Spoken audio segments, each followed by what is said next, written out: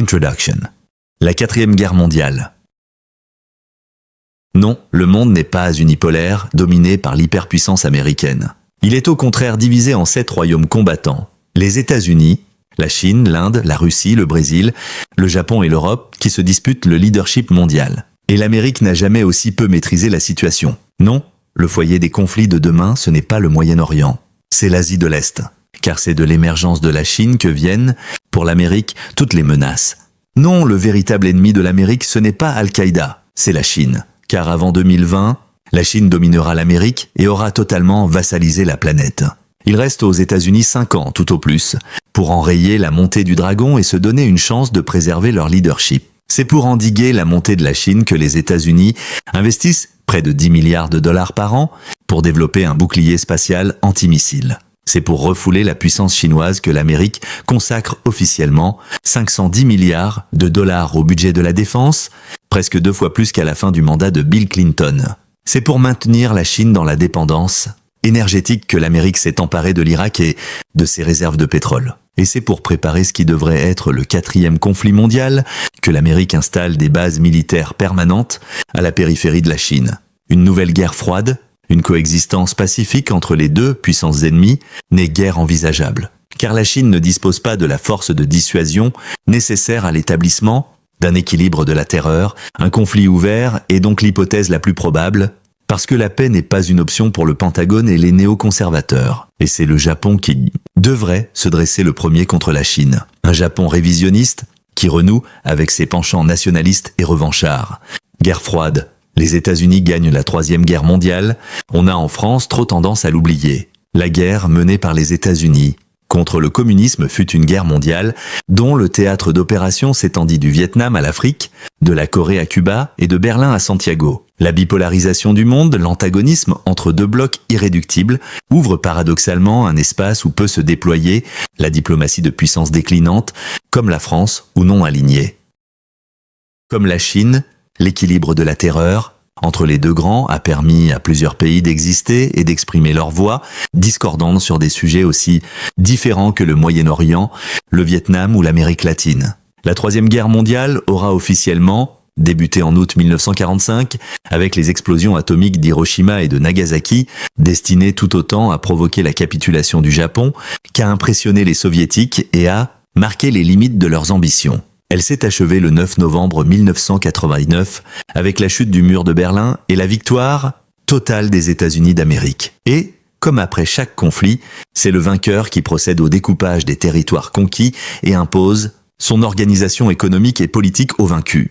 Le seul vainqueur de la 3e guerre mondiale, c'est l'Amérique, et le capitalisme triomphant va pouvoir étendre sur le monde son idéologie néolibérale. La menace chinoise. China will never make it economically, prédit Richard Nixon en 1972, alors qu'il revient de son voyage historique à Pékin. Il a en partie raison. Le grand bond en avant a provoqué, à la fin des années 50, une famine gigantesque qui a fait quelques 40 millions de victimes. Et pourtant, moins de 10 ans après la visite de Nixon, c'est Deng Xiaoping qui trouve la recette miracle. Restauration de la propriété privée, libération des énergies et préservation du Parti communiste, garant du maintien de l'ordre. Cette fois, la Chine va enfin connaître une réussite économique spectaculaire en quadruplant son PIB en l'espace de 20 ans. Dans les pays riches, les parents disaient jadis à leurs enfants repus « Tu vois, dans cette assiette, il y a de quoi nourrir 10 petits Chinois. » Mais 40 ans plus tard, certains rechignent à se réjouir en voyant ces mêmes Chinois manger à leur faim et rejoindre, pour des centaines de millions d'entre eux, la classe moyenne. L'émergence pacifique de la Chine dérange-t-elle, à ce point que l'on en oublie les 450 millions d'êtres humains qu'elle a tirés de la pauvreté? La Chine, devenue grande puissance économique, représente une menace pour l'équilibre en Asie de l'Est. Et un défi à l'ordre mondial, affirme l'administration américaine, relayée par son allié japonais. Mais que reproche-t-on au juste à la Chine? Tout simplement d'exister, d'essayer de nourrir son 1,5 milliard d'habitants, de vouloir consommer, participer à cette société de l'opulence et de la prospérité dont l'Occident s'était fait le dépositaire exclusif.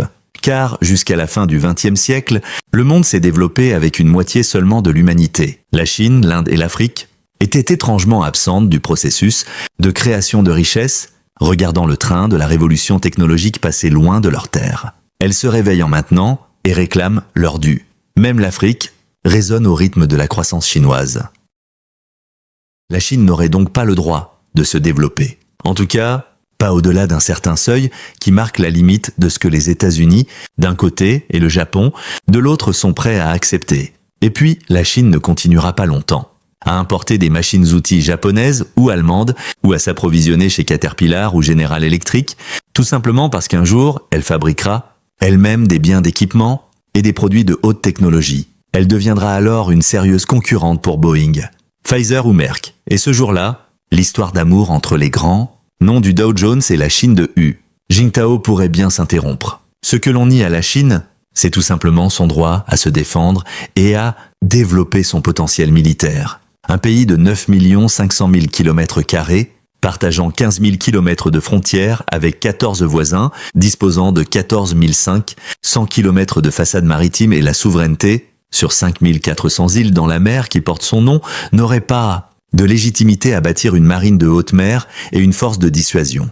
Pour les faucons de l'administration américaine, la Chine, avec son économie centralisée, son budget militaire en forte croissance et son nationalisme naissant, est devenue un État fasciste avec un atout supplémentaire sur l'Allemagne nazie. Les Chinois ont l'avantage du nombre. Ils viennent de s'emparer de l'économie de masse et de son formidable pouvoir, multiplicateur de richesses et d'embrigadement. Aujourd'hui, l'économie chinoise est la 4e au monde. Elle a effacé d'un coup la Grande-Bretagne, la France et l'Italie. Ne reste plus devant elle que l'Allemagne, avant de livrer le combat final contre le Japon, d'abord, et l'Amérique ensuite.